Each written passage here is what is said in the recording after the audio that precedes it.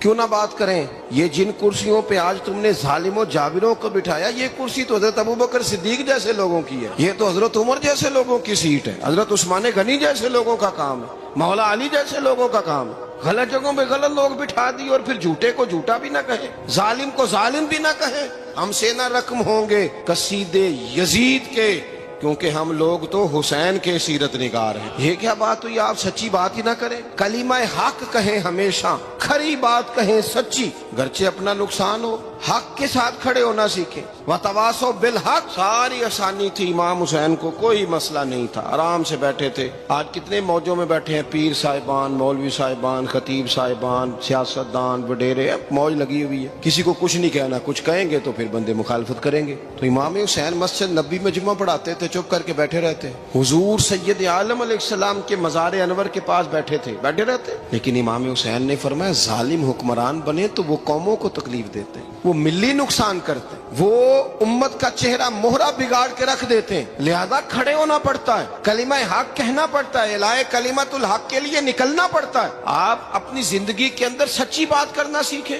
Election کے دن آ گئے، میرے ایک بڑے محبت والے ساتھی تھے، وہ آ گئے ووٹ کے لیے۔ ویسے بھی یہ جو بیماری ہمارے ملک میں نا جی، ہمارے ہاں حکمران بعض اوقات کہتے ہیں اوے ہو جی جمہوریت بڑی ضروری ہے۔ وہ بھی کس مصیبت کا نام ہے جمہوریت؟ اقبال تو کہتے ہیں کہ یہ وہ چیز ہے کہ جس میں پتہ ہی کوئی نہیں ہوتا، پڑھے لکھے ان پڑھ کا، چھوٹے اور بڑے کا، سیانے اور بیوقوف کا۔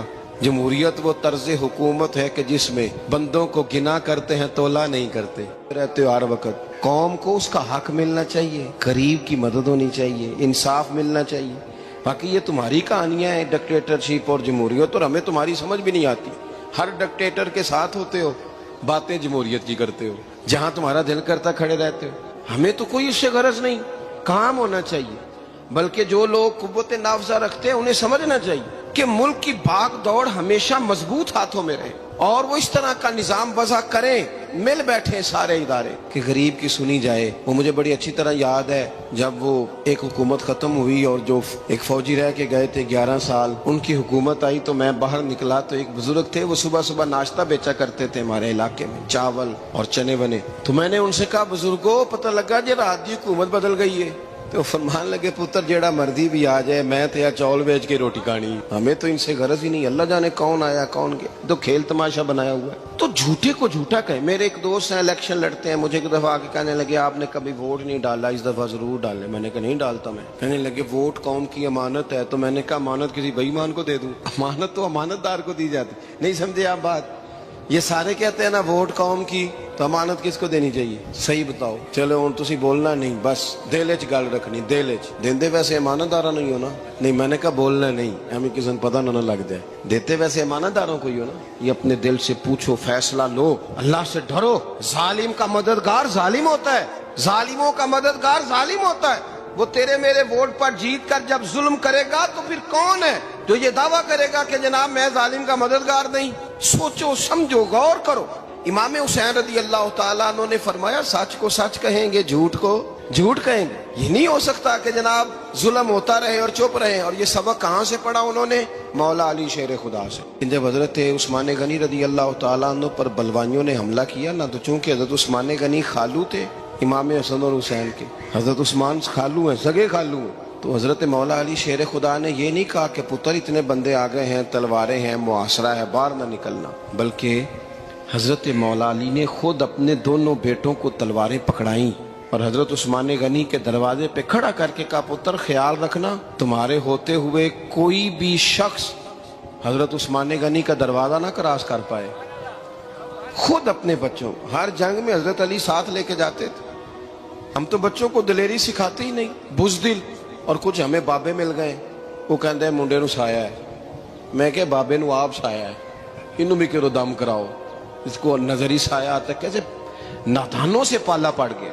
کیا ہوتا ہے وہ سایہ؟ اچھے بھلے سیانے نوجوان بتی بند کر کے اندر لیٹا ہوا ہے بچہ، بابا کہہ گیا انہوں سایا ہے۔ بابا کہڑا کہہ گیا جڑا باہر روٹی لین آیا سی، بھی ایڈی پہنچی سرکار ہوندی تے ٹکر ہی گھر کھا لیندی۔ لوگوں کے قسمت کا حال بتاتا ہے، اپنی اتنی خراب ہے کہ مانگتا پھرتا ہے۔ کیا مذاق بنایا ہم نے اپنے ساتھ۔ تھوڑے سمجھدار ہو جائیں، ہر بندے کی بات کا اثر قبول نہ کیا کریں۔